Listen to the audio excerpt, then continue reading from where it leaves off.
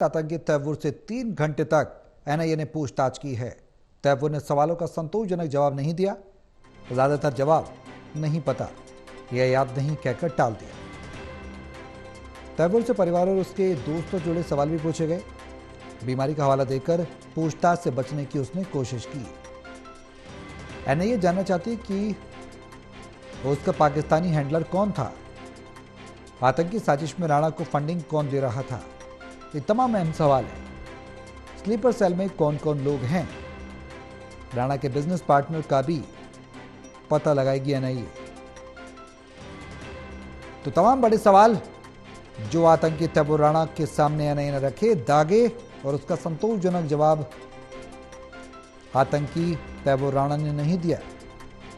हर सवाल पर यह कहता रहा कि याद नहीं है और जवाब नहीं पता, ये कहकर टाला है। हमारे सहयोगी जितेंद्र शर्मा हमारे साथ हैं फोन लाइन पर। ज्यादा जानकारी के लिए सीधे उनका रुख करेंगे। जितेंद्र, आज पूछताछ हुई आतंकी तैमूर राणा से, क्या कुछ सवालों के जवाब, क्या कुछ इंटरोगेशन में रहा है, तफसील से बताएं। बिल्कुल सौरभ, देखिए 26/11 मुंबई हमले का मास्टरमाइंड और भारत का मोस्ट वांटेड आतंकी तैमूर राणा अब एनआईए की गिरफ्त में है और एनआईए ने उसको अपने ऑफिस में ग्राउंड फ्लोर पर रखा है, जहां पर 2 रूम बनाए गए हैं। वॉशरूम के बराबर में ही उसका रूम है। 12 लोगों की टीम का गठन किया गया है। सिर्फ एनआईए के 12 लोग ही मिल सकते हैं, डीजी समेत, और वही लोग उससे पूछताछ कर रहे हैं। पूछताछ ये की जा रही है कि आखिरकार उसके संपर्क में कितने लोग थे, किन लोगों ने फंडिंग कराई और किस वजह से इस वारदात को, इस घटना को अंजाम दिया गया कि 26/11 मुंबई हमले की जो साजिश थी उसमें रचने में कौन कौन शामिल थे।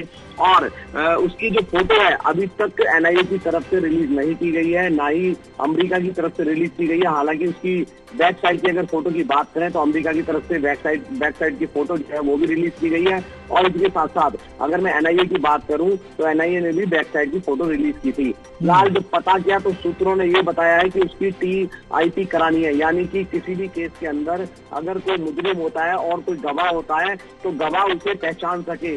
अगर उसकी फोटो वगैरह अगर लीकेज हो जाती है तो ऐसे में बड़ा सवाल जो है वो इसके वकील उठा सकते हैं कि जानबूझ करके एनआईए ने इसको फंसाया है। तो इसी के चलते उसकी फोटो जो है, सूत्र ये बता रहे हैं कि रिलीज नहीं की जा रही है मीडिया के सामने, लेकिन टीआईपी जब हो जाएगी, यानी कि जो गवाह है उनके सामने उसको पेश किया जाएगा, गवाहों से पहचान कराई जाएगी, उसकी जो सीसीटीवी फुटेज है, जो उनके पास एविडेंस है एनआईए के पास, वो सारे सबूत उसके सामने रखे जाएंगे और उसके बाद उससे पूछा जाएगा कि आखिरकार पाकिस्तान में उसके कौन से वो आका हैं जिन्होंने उसका साथ दिया है। क्योंकि पाकिस्तान लगातार इस हमले से मना करता रहा है कि उसका किसी से कोई लेना देना नहीं है, और अब भी पाकिस्तान ने साफ तौर पर तैमूर राणा को अपना नागरिक बताने से इनकार कर दिया। उसका कहना है कि वो कनाडियाई नागरिक है और काफी सालों से उसने कोई डॉक्यूमेंट जो है अपने पाकिस्तान को नहीं दिए हैं, ना ही कोई रिन्यू कराए हैं। तो ऐसे में साफ तौर पर पाकिस्तान ने तैमूर राणा से अपना पल्ला झाड़ दिया है। लेकिन आने वाले समय में बड़े खुलासे जो है वो तैमूर राणा से होने वाले हैं। ना सिर्फ तैमूर राणा इस हमले का साजिश करता होगा, बल्कि और भी पाकिस्तान में बैठे आका जो है वो भी इस हमले के मास्टरमाइंड होंगे। तो ऐसे में अभी सवाल का जो सिलसिला है वो इससे लगातार जारी है। सौरभ, हाँ बिल्कुल जितेंद्र, जिस तरह से ज्यादातर जो सवाल उससे पूछे गए, जवाब नहीं दिया, नहीं पता, याद नहीं कहकर टाल दिया, उम्र का हवाला दे रहा है वो, कैसे में उम्मीद की जा रही है कि जो इंटरोगेशन होगा 18 दिनों का, उसमें वो सीधे सीधे सवालों के जवाब देगा। क्या कुछ तरीके अपनाए जाएंगे एनआईए के द्वारा जिससे कि सच सामने निकल कर आए और वो जो राज हैं जो तैमूर राणा ने दफन करे हुए हैं और जिन पर वो खामोश है, उस पर उसकी चुप्पी टूटे। देखिए, शुरू से ही तैमूर राणा भारत आने से इनकार करता रहा है, भारत में ना जाए, ऐसे हथकंडे जो है वो अमेरिका की अदालत में लगातार अपनाता रहा है और कई लगातार ऐसे बहाने भी हैं जो वो बनाता रहा है। लेकिन जब भारत के पास, एनआईए के पास उसके खिलाफ पुख्ता सबूत थे और काफी लंबी लड़ाई लड़ने के बाद कोर्ट की अमेरिका से, उसके बाद अब अमेरिका ने भारत को तैमूर राणा को सौंप दिया है। ऐसे में तैमूर राणा को पता है कि उसकी मुश्किलें बढ़ चुकी हैं और साफ तौर पर वो एनआईए की टीम को गुमराह करेगा और सवालों के जवाब ठीक से नहीं देगा, क्योंकि वो पाकिस्तानी नागरिक है। वो चाहेगा कि पाकिस्तान के जितने भी आका उसके पीछे बैठे हैं उनका नाम उजागर ना हो। लेकिन एनआईए के पास जो पुख्ता सबूत है वो उसके सामने रखे जाएंगे। सूत्र ये भी बता रहे हैं कि हो सकता है कि एनआईए की टीम जो है मुंबई तैमूर राणा को लेकर जाए और जो गवाह है इस पूरे मामले पर, उन गवाहों को बुलाया जाएगा और तैमूर राणा की पहचान भी कराई जाएगी। जो लोग इसमें शामिल हैं वो भी रडार पर है एनआईए की, और खुफिया एजेंसियां जो है वो अलर्ट पर हैं और निगाहें बनाई हुई है, क्योंकि तैयबुर राणा जो है एनआईए के ऑफिस में है इस समय। तो ऐसे में कोई आतंकी बड़ी घटना को अंजाम न दे, इसको लेकर भी सुरक्षा के पुख्ता इंतजाम जो है वो एनआईए ऑफिस के बाहर किए गए हैं। 3 लेयर के अंदर बैरिकेडिंग की गई है, जहां पर अत्याधुनिक हथियारों से लैस पैरामिलिट्री फोर्स के जवानों को तैनात किया गया है, दिल्ली पुलिस के जवानों को तैनात किया गया है, और ये सभी जवान 24 घंटे एनआईए के ऑफिस के आसपास जो है वहां पर पहरा देते रहेंगे। और इसके साथ साथ खुफिया एजेंसियां जो है वो भी अलर्ट मोड पर है, और वो भी अपनी निगाहें जो है वो इस पूरे मामले पर बनाए हुए हैं। 18 दिन की कस्टडी जो है वो एनआईए कोर्ट ने एनआईए को दी है। 18 दिन के अंदर क्या कुछ सवाल जो है इससे किए जाएंगे, कई अहम सवाल जो है वो इससे किए जाएंगे, क्या वो जवाब देगा या नहीं देगा, ये देखने वाली बात होगी, क्योंकि सूत्र ये बता रहे हैं कि एनआईए को लगातार गुमराह कर रहा है। लेकिन आने वाले समय में जो एनआईए के पास पुख्ता सबूत है, उससे कहीं ना कहीं बड़ा खुलासा जो है वो होने वाला है। सौरभ, आज जितेंद्र, क्या कुछ तकनीक अपनाई जाएगी? क्योंकि इंटेरोगेशन जब होता है तो कई चरण की तकनीकों को अपनाया जाता है, और कहा जाता है कि जब इन्वेस्टिगेशन एजेंसी जांच करती है तो वो खामोश व्यक्ति से भी, उस ज़िद्दी व्यक्ति से भी जो नहीं चाहता कि राज उगलना, वो भी उगल देता है। ऐसे में क्या कुछ तकनीक अपनाई जाएगी आने वाले समय में? क्योंकि जिस तरीके से शुरुआती दौर निकल कर तैयबुर राणा का सामने आ रहा है, उससे ये पता लग रहा है कि वो फिलहाल किसी भी सवाल का जवाब देने के इच्छुक नहीं है। क्योंकि तैयबुर से परिवार और उसके दोस्तों से जुड़े सवाल किया गया, उस पर भी उसने जवाब टाल दिया, बीमारी का हवाला दिया, पूछताछ से बचने की लगातार वो कोशिश कर रहा है, और पाकिस्तानी हैंडलर से को लेकर भी जब उससे सवाल किया गया तो भी उसने जवाब नहीं दिया। तो संतोषजनक जवाब आखिर क्यों नहीं दे रहा है? वजह क्या है? क्या कोई और डर है, या फिर कुछ और बड़ी वजह हो सकती है? बिल्कुल सौरभ, देखिए, कोई भी छोटा अपराधी हो या बड़ा अपराधी हो या कोई चोर भी हो, वो भी पुलिस से बचने की कोशिश करता है, उन्हें गुमराह करने की कोशिश करता है, और कोई नहीं कहता कि उसने कोई क्राइम किया है। ऐसे में तैयबुर राणा एक बड़ा आतंकवादी है, जिसने 26/11 हमला कराया, कई लोगों की जो है उसमें जान चली गई थी, और जीता जागता सबूत है कि एक आतंकी जो है वो भी मौके से गिरफ्तार हुआ था। उसने भी तैयबुर राणा का नाम लिया था कि मुख्य साजिशकर्ता तैयबुर राणा है। वो लगातार कसाब के संपर्क में भी था, और ऐसे में उसने मुंबई के कई इलाकों का दौरा भी किया था और फोटोग्राफी भी की थी। ऐसे अहम सबूत जो है, सीसीटीवी जो है वो एनआईए के पास में है, जो कि अमेरिका के कोर्ट के सामने समक्ष पेश किया गया था, जिसके बाद जब पुख्ता हो गया कि हाँ ये तैयबुर राणा है और इसने ही हमला कराया है, उसके बाद अमेरिका ने भारत को तैयबुर राणा को सौंप दिया है। फिलहाल अब एनआईए की टीम लगातार इससे पूछताछ करेगी। जैसा कि आपने कहा कि एजेंसियां जो है वो जो बोलना भी नहीं चाहता वो भी बुलवा सकती है, तो ऐसे में जो सच है वो तैयबुर राणा को बोलना पड़ेगा, बताना पड़ेगा, क्योंकि भारत की गिरफ्त में है, और ये एजेंसियां इतनी सक्षम होती हैं कि कोई भी शख्स अगर क्राइम करता है या आपराधिक वारदातों को अंजाम देता है या आतंकवादी घटना को अंजाम देता है, तो एनआईए उससे बहुत अच्छी तरीके से उगलवाना जानती है। यानी कि आने वाले समय में चाहे तैयबुर राणा कितने भी अपने आकाओं के नाम ना बताए, लेकिन एनआईए ये सारे नाम इससे उगलवा लेगी, और सबके सामने, देश के सामने जो पीड़ित है उनको न्याय मिलेगा, क्योंकि जो साजिश करता है, मुख्य साजिश करता है तैयबुर राणा, अब एनआईए की गिरफ्त में। आने वाले समय में बड़े खुलासे जो है वो तैयबुर राणा की तरफ से किए जाएंगे। सौरभ, आज जितेंद्र, एक बड़ा सवाल ये कि फंडिंग की बात की जाए तो टेररिस्ट को फंडिंग होती है बड़े स्तर पर, और उसी के आधार पर वो वारदातों को अंजाम देते हैं, आतंकी वारदातों को, आतंकी घटनाओं को सीमा पार से घुसपैठ करते हैं फंडिंग के सहारे, और जो फिजिकली सपोर्ट होता है वो भी उनको मिलता है। ऐसे में तैयबुर राणा की जो फंडिंग हो रही है उसको लेकर भी जब उनसे सवाल किया गया तो वो उससे भी बचता नजर आया। क्या वो फंडिंग के सूत्र हैं वो भी खुलेंगे आने वाले समय में? ऐसी उम्मीद की जा सकती है कि बड़े स्तर पर उसको फंडिंग हो रही है, और अभी भी जो स्लीपर सेल्स हैं जो एक्टिवेट हैं उनका भी उन पटाक्षेप होगा, और उनसे भी पर्दा हटेगा, नाम निकल कर सामने आएंगे। क्योंकि आतंकी घटनाओं को आज नहीं तो कल पाकिस्तान हर नापाक कोशिश करता है भारत को दहलाने की, न सिर्फ भारत को बल्कि वैश्विक स्तर पर शांतिप्रिय देशों को।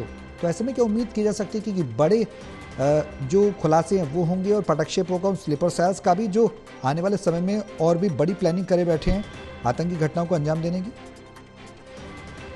बिल्कुल, देखिए, ना सिर्फ भारत देश बल्कि पूरा विश्व जानता है कि पाकिस्तान एक आतंकवादी देश है, और आतंकवाद जो है पाकिस्तान से लगातार फैलाया जाता है, फंडिंग लगातार की जाती है। आईएसआई जो है, एजेंट जो है उसके, वो लगातार भारत को दहलाने की फिराक में रहते हैं, और जो ये वारदातों को अंजाम दिया जाता है, आतंकवादी घटनाओं को अंजाम दिया जाता है, ये सिर्फ इसलिए दिया जाता है कि ताकि कश्मीर को किसी भी तरीके से ये अपने कब्जे में कर ले और भारत को लगातार बड़े बड़े आतंकवादी घटनाओं को अंजाम देने के बाद ये दहलाने की फिराक में रहते हैं। और ऐसे में साफ तौर पर न सिर्फ खाली भारत को बल्कि पूरे विश्व को भी पता है कि आतंकवाद को जो बढ़ावा है वो पाकिस्तान की तरफ से दिया जाता है और लगातार फंडिंग जो है आतंकवाद को बढ़ाने के लिए फंडिंग पाकिस्तान की तरफ से दी जाती है। हालांकि पाकिस्तान लगातार इनकार करता रहा है कि उसका आतंकवादियों से किसी भी तरीके से कोई लेना देना नहीं है, लेकिन हालांकि उसकी जो ISI है वो लगातार आतंकवाद को बढ़ावा देने के लिए और भारत के अंदर लगातार आतंकवादी घटनाओं को अंजाम दिलाने के लिए लगातार फंडिंग भी करती रही है। तो ऐसे में समय समय पर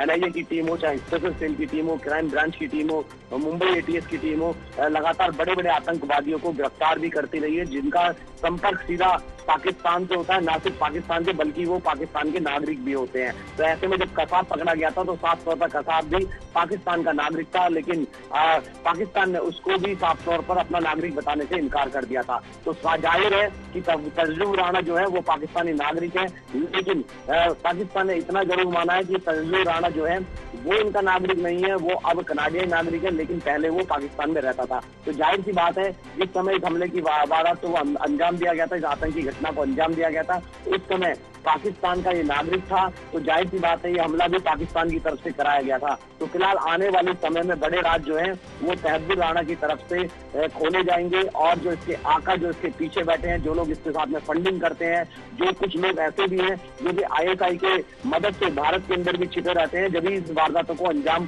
दिलाया जाता है। तो ऐसे में बड़ी जो खुलासे हैं वो आने वाले वक्त में अब NIA इससे पूछताछ में करेगी। सौरभ, बिल्कुल जितेंद्र, जब तैबूर राणा को प्रत्यर्पित किया गया भारत, हमने देखा कि किस तरह से उसका प्रत्यर्पण हुआ और उसके बाद उसकी NIA कोर्ट में पेशी हुई, वहाँ से रिमांड मिली, अब मेडिकल भी किया गया उसका, और मेडिकल रिपोर्ट में क्या कुछ सामने आया है, क्या वो मेडिकली फिट है, क्योंकि उसके बाद कस्टडी से पहले जाहिर सी बात एक मूलभूत ज़रूरत होती है कि मेडिकली फिट होना चाहिए जो आरोपी है, अपराधी है, उसको लेकर क्या कुछ जानकारी मेडिकल रिपोर्ट को लेकर? बिल्कुल, देखिए जब अमेरिका की तरफ से इसको भारत को सौंपा जा रहा था तो उस समय भी इसका मेडिकल हुआ था अमेरिका में, और इसी के साथ साथ अगर मैं इंडिया में आने की बात करूं तो इसका मेडिकल जो है एयरपोर्ट पर हुआ था, क्योंकि बड़ा मामला है, ऐसे में उसे हॉस्पिटल नहीं ले जाया गया। जब वो फिट था तभी अमेरिका ने भारत को सौंपा है और पूरी तरीके से वो फिट दिखाई भी दे रहा है, जिस तरीके से फोटो आई है उसके सामने। और सूत्र ये भी बता रहे हैं डॉक्टरों के कि वो पूरी तरीके से स्वस्थ है और उसका जो मेडिकल चेकअप है 40 मिनट तक मेडिकल चेकअप चला उसका, और उसका एयरपोर्ट पर मेडिकल चेकअप हुआ। उसके बाद उसे बुलेट प्रूफ गाड़ी के अंदर बिठा करके उसे NIA कोर्ट में पेश किया गया, जिसकी तस्वीरें जो है हमारे दर्शक भी देख भी सकते हैं। उसको NIA कोर्ट में पेश किया गया और 20 दिन की इसकी कस्टडी की रिमांड जो है, जैसा कि मैंने कहा था कि 15 से 30 दिन की कस्टडी की मांग जो है वो NIA की टीम कर सकती है। जो बड़े मामले होते हैं उन मामलों में 30 दिन तक का प्रावधान है कि आतंकवादियों की कस्टडी जो है 30 दिन तक भी बढ़ाई जा सकती है। अगर तैबूर राणा ने अगर ठीक जवाब नहीं दिया, अगर जरूरत पड़ी 18 दिन से ऊपर की भी कस्टडी बढ़ाने की, तो कोर्ट से